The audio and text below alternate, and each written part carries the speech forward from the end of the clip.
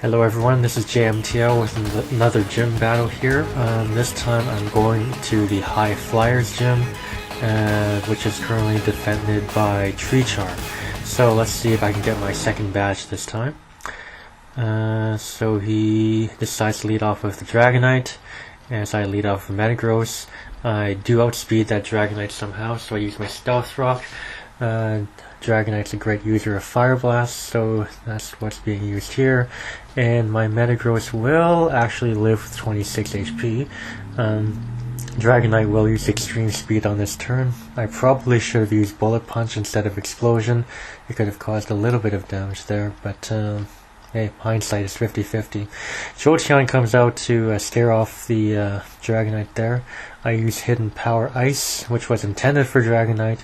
But it hits Mamoswine for a good amount of damage there. Mamoswine is using Ice Shard there for the priority, since obviously JOLTEON is much faster. I use Shadow Ball to attack it for some neutral damage, and nope, not quite. So I withdraw JOLTEON to bring in my Scizor to take the expected Ice Shard. He Ice Shards again, because he was fearing that I'd be using a Bullet Punch, but not yet. I decided to Swords Dance up to worry about later threats. I Shard again, so he still outspeeds me even though I decided to use Bullet Punch this turn. So there you go, a +2 Bullet Punch on a Pokemon in the red, which takes it for super effective. Vaporeon comes out. Yeah, apparently the Vaporeon won the speed tie or invested a few speed EVs in there, so my Bug Bite doesn't quite work there. JOLTEON comes out. Vaporeon protects itself to get some more leftovers, which is a good thing here. So I use my Thunderbolt. I'm hoping it will KO it.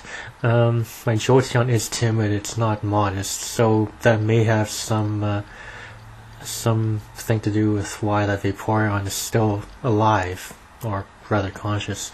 Anyway, I get the 10% Parahax, but the Surf still comes through.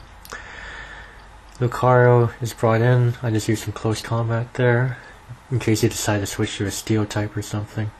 But in any case, Vaporeon is now down, after knocking out 2 of my Pokemon. GYARADOS comes out and intimidates my Lucario. I was afraid of an Earthquake, so I decided to switch out to one of my flying types here. My GYARADOS intimidates the other GYARADOS, which used Dragon Dance to bring it up to +0 attack. Here comes the Stone Edge. My GYARADOS would have had a chance of surviving if it wasn't a critical hit. I guess Stone Edge does have a high critical hit ratio, so it's kind of to be expected. My best attack for GYARADOS with my Lucario is my Extreme Speed. Here comes that expected Earthquake, and it hits my Lucario, which obviously doesn't survive, seeing as how most Lucario are pretty frail. Now that it's in the red, I decide to use my Dragonite to use the Extreme Speed to knock out the opposing Gyarados. Okay, another Dragonite comes out there, and I outspeed it with my Draco Meteor. However, with Dragonite being my last Pokemon, that probably wasn't a good move to use, because now it's at -2 special attack, and I can switch out to regain that. Togekiss is the third of its flying types, so it uses Nasty Plot as I used Draco Meteor. I probably should have used, I don't know, Superpower or something.